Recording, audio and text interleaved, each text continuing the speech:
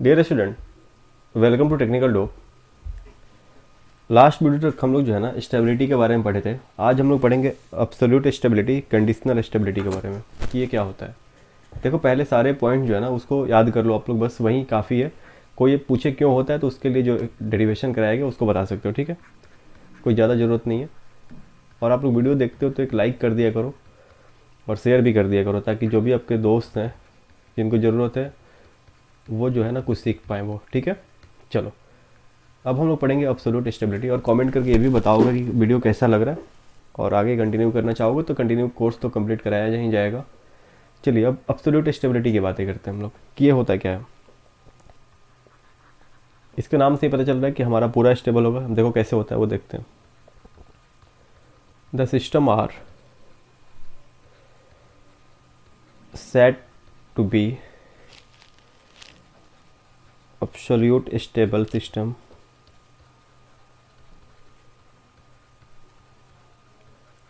if it is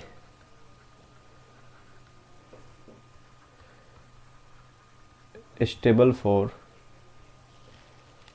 all value of k। Parameter जो एक हम लोग k माने हैं उसके सारे वैल्यू के लिए स्टेबल होगा। अब देखो किस बेसिस पे हम लोग बोलेंगे कि सर वो हमारा स्टेबल ही होगा।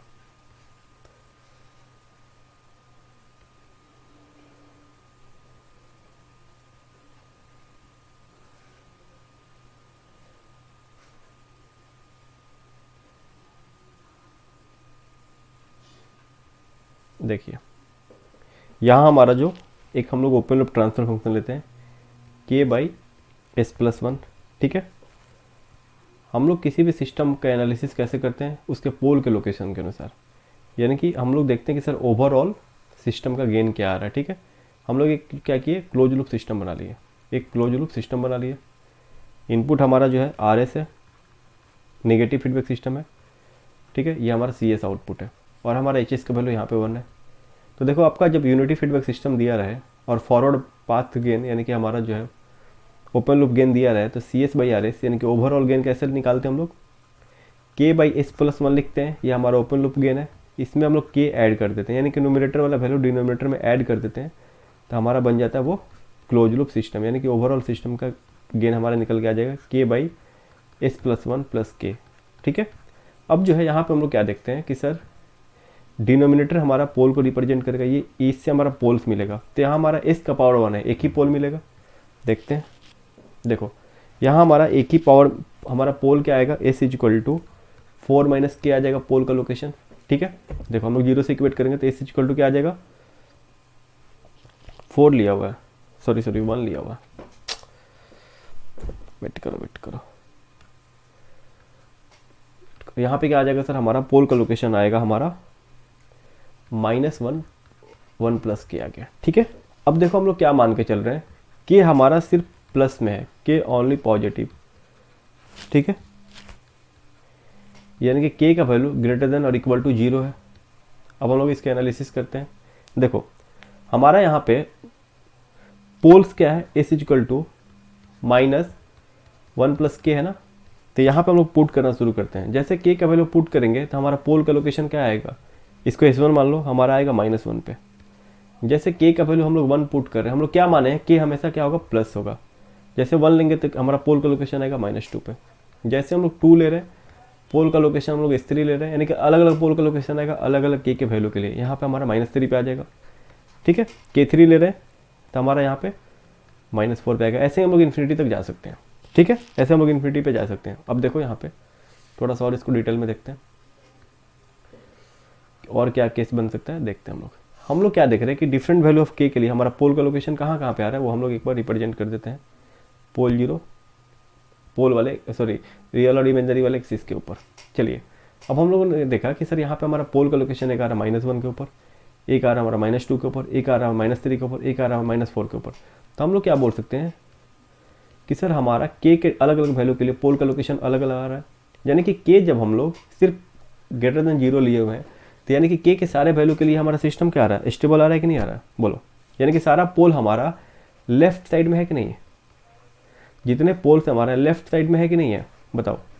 यानी कि हम लोग ये बोल सकते हैं कि सर सिस्टम हमारा एब्सोल्यूट स्टेबल है, यानी कि के के सारे वैल्यू के लिए स्टेबल है। देखो लिखा हुआ ना, a system are set to be absolute stable system if it is stable for all value of parameter के। और यहाँ पे के ग्रेटर देन इक्वल टू 0 ले सकते हो। बोलो ये सही है? एब्सोल्यूट स्टेबिलिटी का मतलब समझ में आया? एब्सोल्यूट स्टेबिलिटी का मतलब समझ में आया क्या होता है? बोलिए, एब्सोल्यूट स्टेबिलिटी का मतलब समझ में आया क्या होता है? यहाँ तो कोई दिक्कत है? यानी कि हम लोग कैसे बोल सकते हैं, क्योंकि हमारा पोल का लोकेशन जो आ रहा है वो लेफ्ट हैंड साइड में आ रहा है, लेफ्ट हैंड साइड में आ रहा है। देखो पोल हमारा इधर ही बढ़ रहा है, लेफ्ट हैंड साइड में, लेफ्ट हैंड साइड में। यानी कि हम लोग जितने पोल होंगे हमारे, के का कोई भी वैल्यू ले लो, हमारा लेफ्ट साइड में ही बढ़ेंगे। यानी कि हमारा सिस्टम क्या है? स्टेबल सिस्टम है। बोल सकते हैं ना ये चीज़। तो एब्सोल्यूट स्टेबिलिटी का मतलब समझ में आ गया। अब चलो अब बात करते हैं हम लोग कंडीशनल स्टेबिलिटी का, कि कंडीशनल स्टेबिलिटी क्या होता है। इसमें लिखो आप लोग, द सिस्टम इज, कोई आपसे पूछे तो आप इस तरह से समझा सकते हो उसको, conditional stable, the system is conditional stable system if it is stable only for some value of parameter के। यानी कि हमारा के का वैल्यू तो हमेशा ग्रेटर देन 0 होगा। के कुछ वैल्यू के लिए क्या होगा? स्टेबल होगा, कुछ के लिए देखते हैं हम लोग। अब सीन देखते हैं क्या होता है। चलो हम लोग क्या करेंगे, यहाँ पे एक हम लोग ओपन लूप सिस्टम लेंगे, उसके बाद एक क्लोज लूप सिस्टम भी बनाएंगे। चलिए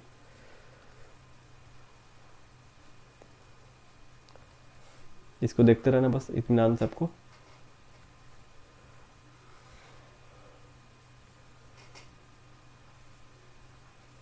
ये नेगेटिव, ये प्लस, ये हमारा आर एस है, ये हमारा सी एस है।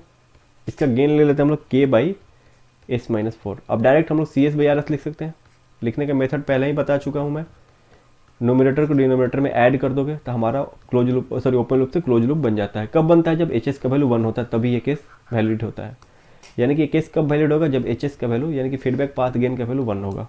यहाँ तो कोई दिक्कत नहीं है, ठीक है। तो हमारा पोल्स क्या निकलेगा यहाँ से? हमारा पोल्स का लोकेशन जो आएगा, एक आएगा क्योंकि इसका पावर 1 है, 4 माइनस के हो जाएगा। बोलो ठीक है। चलो नेक्स्ट पेज में आते हैं। हमारा पोल जो आया उसका वैल्यू क्या है? एस इक्वल टू 4 माइनस के। क्लियर है? अब यहाँ से हम लोग वैल्यू लेते हैं एक बार। जब के का वैल्यू 0 लिए हम लोग, के का वैल्यू 0 लिए तो एस का वैल्यू क्या आएगा? हमारा 4। के का वैल्यू जब 1 लिए तब एस का वैल्यू हमारा क्या आएगा? 3। के का वैल्यू जब हम लोग 2 लिए तब एस का वैल्यू क्या आया? हमारा 2। के का वैल्यू जब 1 लिए हम लोग, सॉरी के का वैल्यू जब हम लोग 3 लिए तब एस का वैल्यू क्या आएगा? हमारा 1। के का वैल्यू जब 4 लिए तब हम लोग के पास एस का वैल्यू क्या आया? 0। के का वैल्यू जब 5 लिए तब इसका वैल्यू क्या आया? हमारा -1। ठीक है। के का वैल्यू जब हम लोग 6 लिए तब इसका वैल्यू हमारा क्या आया? -2। के का वैल्यू जब हम लोग 7 लिए तब इसका वैल्यू हमारा क्या आएगा? -3। ठीक है, कुछ इस तरीके से हमारा आ रहा है। अब चलो इसको हम लोग पोल एक्सिस इसका बनाते हैं, पोल का। वेट करो। अभी हम लोग जो है ना यहाँ पे एक और चीज़ देखते हैं कि सर हमारा कैसे कैसे क्या क्या चीज़ें होने वाली हैं। तो हम लोग क्या बोल रहे हैं कि सर हमारा यहाँ पे एस इक्वल टू 4 आ गया, तो हम लोग बोल रहे हैं कि सर ये हमारा राइट साइड में पोल का लोकेशन आ गया, तो अनस्टेबल हो जाएगा। चलो एस का वैल्यू 3 आ गया, पोल का वैल्यू 3 आ गया, यानी कि लोकेशन कहाँ पे है? राइट साइड में होगा, अनस्टेबल हो गया। हमारा 2 आ गया, ये भी अनस्टेबल हो गया।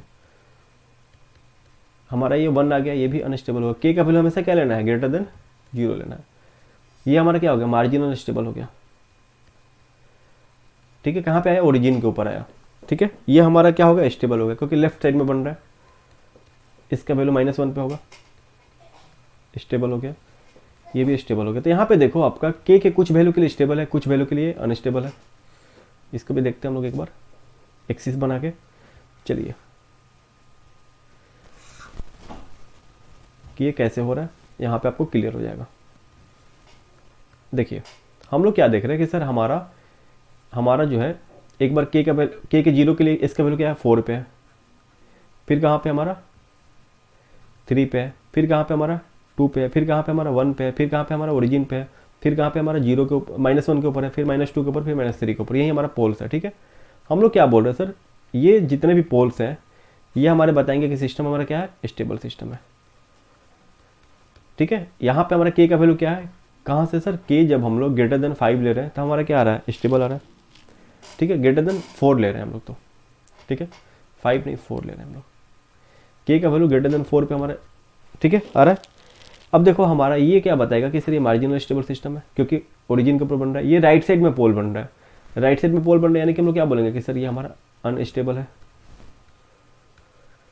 बताइए क्लियर हुआ कि नहीं हुआ? यानी कि हम लोग बोल सकते हैं कि सर हमारा ये कुछ वैल्यू के लिए स्टेबल होगा, कुछ वैल्यू के लिए अनस्टेबल होगा। तो यहाँ पे लिख सकते हैं सो सिस्टम इज स्टेबल। कब स्टेबल होगा?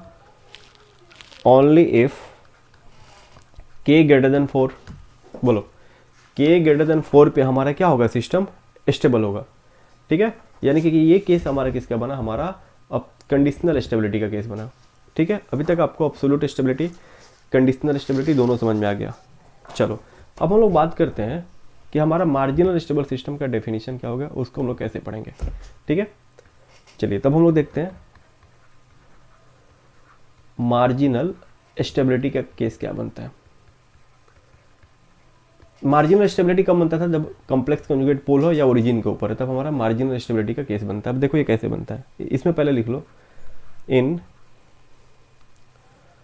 इसमें पहले लिखेंगे हम लोग if natural response of system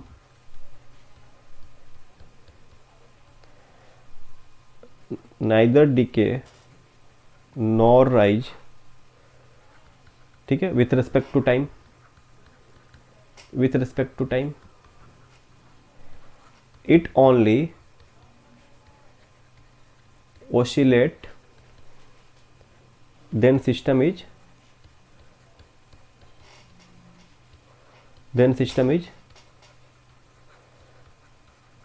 marginal stable system, then system is marginal stable system. Clear है यहाँ पे?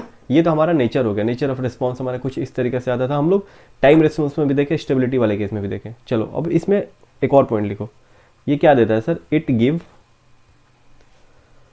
बाउंडेड आउटपुट,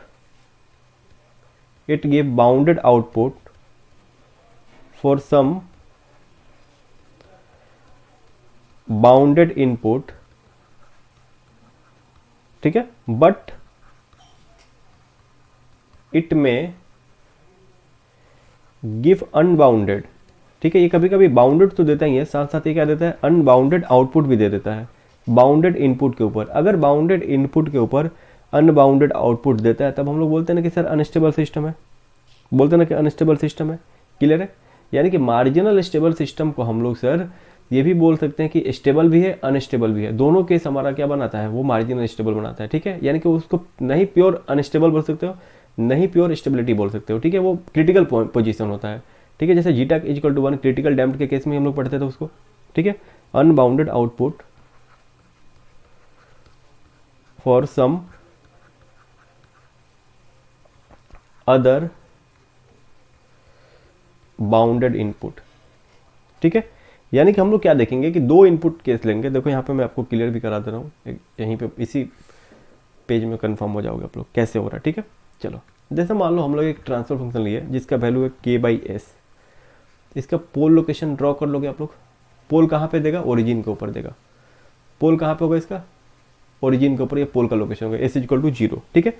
अब केस 1 लेते हैं। केस 1 में क्या लेते हैं सर हम लोग, हमारा गेन दिया हुआ है k/s, हम लोग इनपुट यहाँ पे दे रहे हैं सर RS का वैल्यू 1, यानी कि इम्पल्स इनपुट दे रहे हैं। तो यहाँ पे हमारा CS आएगा, CS क्या लिखेंगे, k/s लिख देंगे हम लोग, ठीक है। हम लोग CT लिखना चाहेंगे तो क्या हो जाएगा हमारा, KUT हो जाएगा, अब देखो KUT क्या होता है, ये बाउंडेड होता है हमारा, बाउंडेड होता है।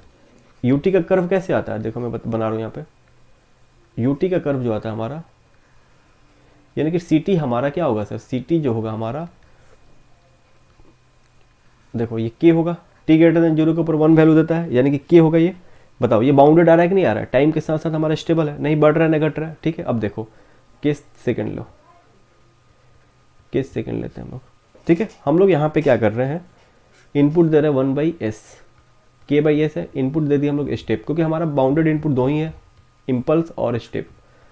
सी एस लिखना है, सी एस लिखे हम लोग यहाँ पे K by S square, C T लिखेंगे तो क्या आएगा, टी के हमारा कांस्टेंट रहेगा, के टी यू टी, ठीक है, आपको पता है ना टी यू टी का हमारा लैप्लास क्या होता है 1/s²।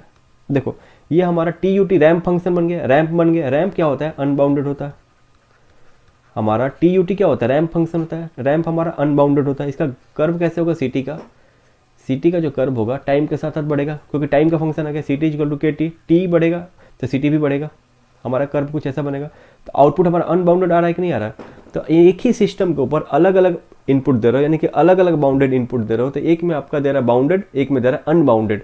क्या कर रहे हैं हम लोग, गेन सेम रखे हुए हैं लेकिन इनपुट चेंज कर रहे हैं, इनपुट चेंज कर रहे हैं। इनपुट चेंज करने से क्या हो रहा है, हमारा सिस्टम का नेचर भी चेंज कर रहा है, सिस्टम का भी नेचर भी चेंज कर रहा है। वही चीज़ बोला हुआ है यहाँ कि हमारा it give bounded output for some bounded input but it may give unbounded output for some other bounded input, ठीक है, इसका मतलब यही हुआ। यानी कि इस केस को आप नहीं स्टेबल बोल सकते हो, नहीं अनस्टेबल बोल सकते हो, तो इसको क्या बोलोगे, इट इज ऑल्सो, क्यों हम लोग बोलते हैं इसको, समझ में आ रहा है आपको, कॉल्ड लिमिटेड स्टेबल सिस्टम, या फिर इसको बोलते हैं it is called just stable, ठीक है, या फिर इसको हम लोग बोलते हैं जस्ट अनस्टेबल सिस्टम, ठीक है। यानी कि मार्जिनल स्टेबल सिस्टम को आप कुछ भी बोल सकते हो, अनस्टेबल भी बोल सकते हो, जस्ट अनस्टेबल, जस्ट स्टेबल। देखो हमारा लेफ्ट से राइट बढ़ते हैं तो क्या होता है, देखो लेफ्ट में हमारा स्टेबल था, पोल के पास से हमें ओरिजिन पे यहाँ पे आए इमेजिनरी एक्सिस पे मार्जिनल स्टेबल हो गया, जैसे इधर गए अनस्टेबल हो गया। यानी कि हम लोग बोल सकते हैं कि राइट साइड में जा रहे तो स्टेबिलिटी हमारा रिड्यूस कर रहा है, यानी कि हम लोग मार्जिनल स्टेबल से राइट गए तो अनस्टेबल हो जाएगा, लेफ्ट गए तो स्टेबल हो जाता है। ये क्रिटिकल पॉइंट है, इसीलिए इसको लिमिटेड स्टेबल भी बोला जाता है, जस्ट स्टेबल भी बोला जाता है, अनस्टेबल जस्ट अनस्टेबल भी बोला जाता है। तो ये हमारा तीनों केस को फुलफिल करता है, यही मार्जिनल स्टेबल का केस हो गया। क्लियर है, तो यहीं तक, यहाँ तक हम लोग जो है ना पूरा पढ़ लिया, एब्सोल्यूट स्टेबिलिटी, मार्जिनल और हमारा कंडीशनल। अब हम लोग पढ़ेंगे रिलेटिव स्टेबिलिटी और rule for the stability next video के अंदर। तो इसको देखिए, वीडियो को लाइक कीजिए, सब्सक्राइब कीजिए और दोस्तों को भी शेयर कीजिए। Thank you.